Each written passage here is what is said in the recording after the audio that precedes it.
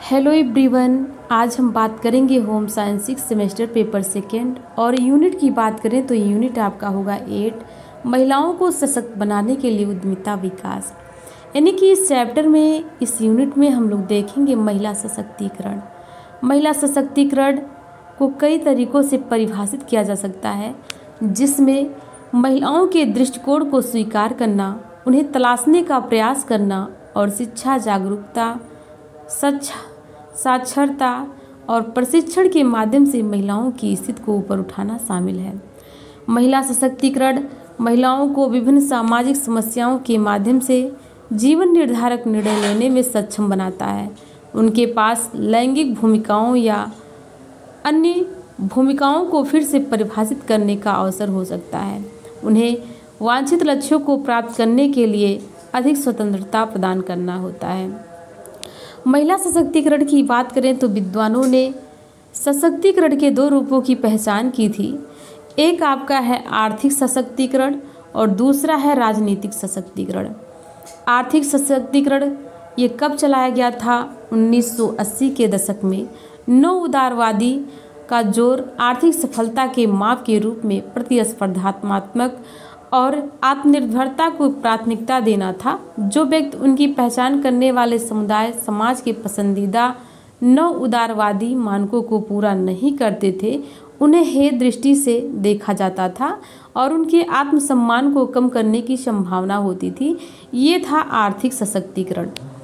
अब आगे हम बात करेंगे राजनैतिक सशक्तिकरण। जैसे आर्थिक ये इसमें है कि संयुक्त राष्ट्र विकास कार्यक्रम, जिसको हम कहते हैं UNDP के अनुसार राजनीतिक महिलाओं की भागीदारी बढ़ाने के लिए इसमें लैंगिक समानता पर वक्तव्य की नीति को शामिल करना, महिलाओं को भागीदारी और चुनाव के लिए कोटा तैयार करना, महिला प्रतिनिधित्व के लिए लक्ष्य स्थगित करना, महिला अभ्यर्थियों की संख्या बढ़ाएं और उन्हें प्रशिक्षित करें, अधिक से अधिक मीडिया एक्सपोजर व माध्यम से अभियान व महिलाओं को आगे बढ़ाया जाए। ये आपके राजनीतिक कुछ ऐसे मुद्दे थे, उस पर विचार किया गया। यानी महिला सशक्तिकरण को दो भागों में बांटा गया था, एक आर्थिक सशक्तिकरण और दूसरा है राजनीतिक सशक्तिकरण। यहाँ हम बात करेंगे डिजिटल कौशल, जिसको हम राजनीतिक सशक्तिकरण कहते हैं। इसमें होगा लैंगिक डिजिटल विभाजन के आधार पर किया गया था। फिर सांस्कृतिक सशक्तिकरण के आधार पर विभाजित किया गया था। फिर उसका माप और मूल्यांकन किया गया था। माप और मूल्यांकन महिला सशक्तिकरण की लिंग सशक्तिकरण माप JEM के माध्यम से मापा जाता है, जो किसी दिए गए राष्ट्र में राजनीतिक और आर्थिक रूप से महिलाओं की भागीदारी की गणना करता है।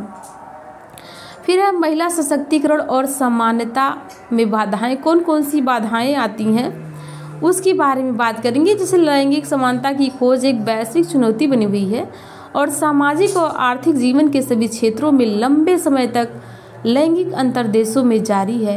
लैंगिक समानता का उद्देश्य इस मुद्दे को उजागर करने के लिए पेरिस में एक महिला मंच पर एक कठिन लड़ाई जारी की गई थी।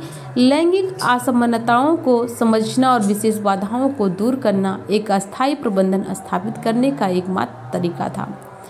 कुछ पर्यावरण के प्रबंधन में कुछ ऐसी चुनौतियां पैदा करते हैं, जैसे भूमि अधिकार का प्रभाव। भूमि सांस्कृतिक पहचान के लिए महत्वपूर्ण है और भोजन, आवास और आय जैसे दैनिक अस्तित्व के लिए संसाधन सुनिश्चित करती है। फिर है नेतृत्व और निर्णय लेने का प्रभाव, यानी कि घर से महिलाओं की जिम्मेदारी के कारण निर्णय लेने में भाग लेना और शामिल होना कठिन हो जाता है। जैसा कि यह इंगित करता है कि संसाधनों का प्रबंधन और निर्णय लेते समय महिलाओं की ज़रूरतों, प्राथमिकताओं और कौशल को नज़रअंदाज किया जा रहा है या समुदाय में सशक्तिकरण और परिवर्तन लाने की शक्ति को प्रभावित करता है। अगला जो पॉइंट आपका है महिलाओं के खिलाफ हिंसा के प्रभाव। यानी ह्यूमन राइट्स ब्रांच का दावा है कि दुनिया भर में बहुत सारी महिलाओं का कार्यस्थल पर विषाक्त वातावरण का सामना करना पड़ रहा है, जहां उन्हें कई तरह की अवांछित यौन गतिविधियों का सामना करना पड़ता है। यह महिलाओं के शारीरिक और मानसिक स्वास्थ्य से लेकर के सामाजिक जुड़ाव तक लंबे समय तक प्रभाव डालता है। महिलाओं के विकास मूल्य में बाधा और लिंग के आधार पर नौकरियों में भेदभाव का एक कारक काम पर हिंसा करने का डर है। शिक्षा की भूमिका, लोग सार्वजनिक बहस में शामिल होते हैं और स्वास्थ्य देखभाल, सामाजिक सुरक्षा और अन्य अधिकारों के लिए सरकार से मांग करते हैं। विशेष रूप से शिक्षा महिलाओं में ऐसे विकल्प चुनने से सशक्त बनाती है जिससे उसके बच्चों, स्वास्थ्य सेवाएं, उनकी भलाई और जीवित रहने के कौशल प्राप्त करने की संभावना में सुधार होता है। फिर इसके लिए बात करेंगे कि महिलाओं को अधिक जागरूक बनने के लिए, प्रोत्साहित करने के लिए यहाँ कुछ ठोस कदम उठाए गए हैं। ठोस कारण हैं जो इस प्रकार हैं। जो पहला पॉइंट है वह है आत्म सशक्तिकरण, ने स्वयं से उनको सशक्तिकरण होना है। फिर है स्वास्थ्य और कल्याण। फिर थर्ड पॉइंट है वित्तीय स्वतंत्रता, शिक्षा और कैरियर, सामाजिक और राजनीतिक भागीदारी, रिश्ते और सीमाएं, पर्यावरणीय चेतना, रोल मॉडल, सामुदायिक निर्माण, मानसिक स्वास्थ्य, लचीलापन, वैश्विक परिप्रेक्ष्य। ये उनको जागरूक बनाने के लिए ऐसे ठोस कदम उठाए गए थे। अब आगे बात करेंगे महिला उद्यमिता, देश का भविष्य। यानी आदिकाल से ही महिलाएं अनेक अत्याचारों का शिकार रही हैं। यद्यपि लैंगिक समानता संबंधी आंदोलन विश्व के अधिकांश हिस्सों से गति पकड़ रहे हैं, किंतु लैंगिक समानता की यह लड़ाई कोई बात ही नहीं। निसंदेह जब से महिलाओं के अधिकार को लेकर ये आंदोलन शुरू हुए हैं, तब से महिलाओं ने एक लंबा सफर तय किया और पुरुषों के वर्चस्व वाले क्षेत्रों सहित सभी क्षेत्रों में स्वयं को साबित किया। हालांकि आज भी महिलाएं लिंग आधारित और अन्य संबंधित सामाजिक पूर्वाग्रहों की कई चुनौतियों का सामना किए बिना शायद ही कभी जीत हासिल कर पाती हैं। इस संदर्भ में समाज में नेतृत्व और उद्यमशीलता की भूमिका चुनने के लिए महिलाओं को सक्षम बनाने समाज, सरकार और स्वयं महिलाओं की एक प्रमुख कीर्तिका है। भारत में उद्यमिता और महिलाओं उद्यमियों का कम प्रतिनिधित्व। हाल के दशकों के भारत में तीव्र आर्थिक वृद्धि के बावजूद अभी भी महिला उद्यमियों की संख्या काफ़ी कम है। अब देखिए, यहाँ बात करेंगे महिला उद्यमियों के समक्ष जो चुनौतियाँ हैं उसके बारे में बात करेंगे। पहली जो चुनौती है वह क्षमताओं पर रूढ़िवादिता। दूसरा है मस्तिष्क क्षमता का आकलन करने हेतु जैविक पहलुओं का उपयोग करना। थर्ड है पितृसत्तात्मक और पारिवारिक बाधाएं। अगला है फंड से संबंधित बाधाएं। महिला सलाहकारों की कमी, यानी कम महिला व्यवसाय संस्थापकों के साथ महिलाओं का नेटवर्क जो साथी महिला उद्यमियों को सलाह दे सकता है, फलस्वरूप काफ़ी छोटा है। महिला स्वामित्व वाले स्टार्टअप्स के लिए प्रमुख बाधा महिलाओं के लिए रोल मॉडल की कमी है। महिलाओं के व्यावसायिक नेटवर्क के मूल्य को अधिकतम करना भी कठिन है। आगे की जो राह है उसके लिए उन्होंने, सरकार ने महिलाओं के लिए क्या किया? महिलाओं को नेतृत्व के लिए प्रोत्साहित करने वाली सुविधाएं प्रदान करना, महिलाओं को प्रोत्साहित करने के लिए महिलाओं को बढ़ावा देना, महिला निवेशकों को प्रोत्साहित करना, सरकार की भूमिका। ठीक है, अब आगे बात करेंगे महिला उद्यमिता को प्रोत्साहित करने की उपलब्ध भारतीय योजनाएं। कौन कौन सी योजना चलाई गई थी? पहला आपका है मुद्रा योजना, और मुद्रा योजना, इस योजना के तहत महिलाएं और छोटे उद्योगों के लिए ऋण प्राप्त कर सकती हैं। यह ऋण उनके उद्यमिता प्रोजेक्ट्स को आरंभ करने और विकसित करने के लिए मदद करते हैं। मुद्रा योजना भारत सरकार की एक प्रमुख वित्तीय योजना है जिसका उद्देश्य स्वरोजगार को प्रोत्साहित करना, खासकर मध्यम, मातृ और छोटे व्यवसायों को वित्तीय सहायता प्रदान करना।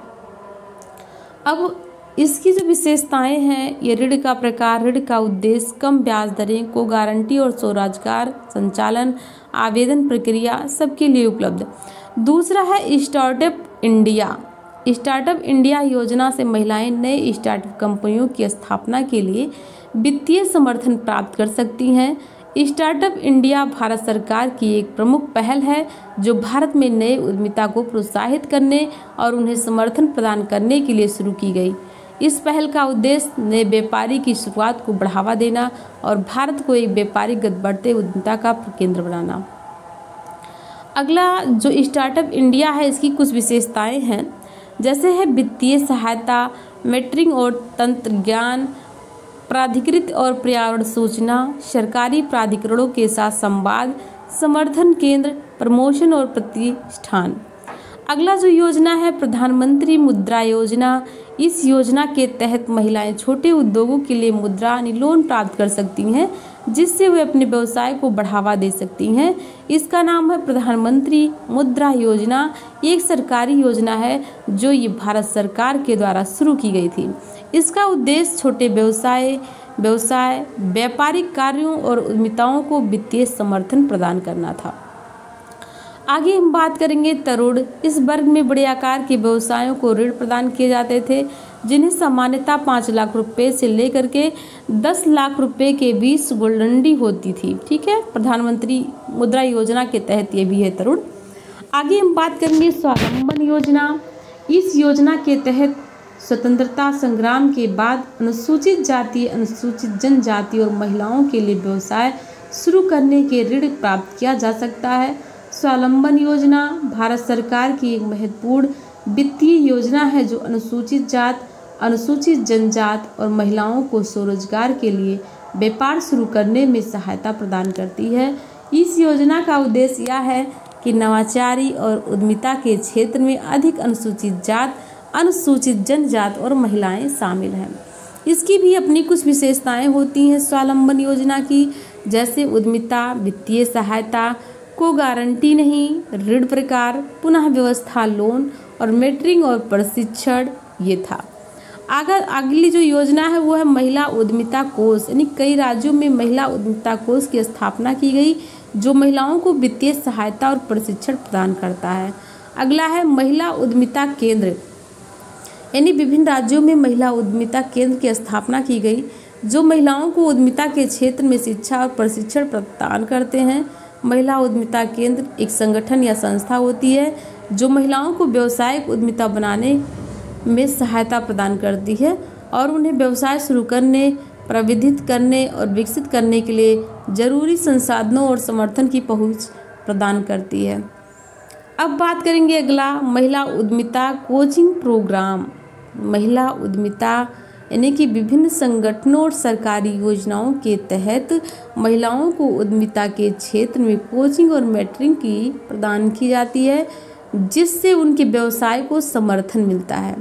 महिला उद्यमिता कोचिंग प्रोग्राम एक प्रकार का प्रशिक्षण योजना है जिसका उद्देश्य महिलाओं को व्यवसाय शुरू करने, उद्यमिता में सफलता पाने में मदद करता है। आगे बात करेंगे महिला उद्यमिता सम्मान। ये ऐसी योजनाएं होती हैं जो महिला उद्यमिता को प्रोत्साहित करने के लिए, मान सम्मान और उनको बढ़ावा देने के लिए उनको पुरस्कार दिया जाता है। महिला उद्यमिता सम्मान की एक प्रमुख सम्मान हो सकता है जो गैर सरकारी संगठन महिलाएं उद्यमिता को प्राप्त करने के लिए प्रदान करती हैं। इस सम्मान का उद्देश्य महिला उद्यमिताओं के योगदान को प्रोत्साहित करना और उन्हें समाज में प्रतिष्ठित प्राप्त करने का सफल बनाना। महिला केंद्रित वित्तीय उपाय।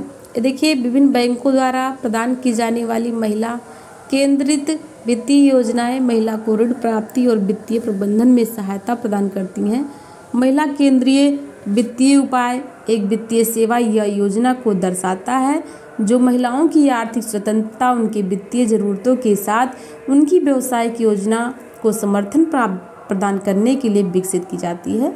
इनकी भी अपनी कुछ विशेषताएं होती हैं, जैसे है महिला विशेष ऋण प्राप्ति योजना, वित्तीय शिक्षा और सवालों का समाधान, महिला विशेष नेटवर्किंग। यानी कि ये उपाय महिलाओं को व्यापारिक नेटवर्क बनाने, अन्य महिला उद्यमिताओं से सीखने का मौका प्रदान करते हैं, जिससे उन्हें अधिक सफलता प्राप्त करने की दिशा में मदद मिलती है। अगला है व्यावसायिक प्रशासन और निर्माण समर्थन, क्रियाशीलता प्रशिक्षण। अगला जो है लास्ट पॉइंट इस यूनिट का वो है ट्रेड फेयर्स और एक्सपोर्ट प्रमोशन। यानी महिला उद्यमिता को अधिक से अधिक लोगों तक पहुंचाने के लिए व्यापारिक महकमों और निर्यात प्रशंसा की योजनाएं प्रमोट कर सकती हैं। ट्रेड फेयर्स और एक्सपोर्ट प्रमोशन एक महत्वपूर्ण गतिविधियां होती हैं जो देशों के बीच व्यापार और व्यापारिक संबंधों को बढ़ावा देने के लिए आयोजित की जाती हैं। ये आयोजन विभिन्न उद्देश्य से उद्योगों और व्यापारों को उनके उत्पादों और सेवाओं को विदेशी बाजारों में प्रमोट करने का मौका प्रदान करते हैं और उन्हें विश्वास प्राप्त करने के लिए एक महत्वपूर्ण मंच प्रदान करते हैं। तो जो 8 यूनिट आपका था वो महिलाओं के ही बारे में था। सरकार ने कौन कौन से योजना उनके लिए चलाए, कौन कौन से उनके रास्ते में बाधाएं आए, यानी महिला सशक्तिकरण। 8 यूनिट आपका था महिला सशक्तिकरण। आई होप आप सभी को समझ में आया होगा।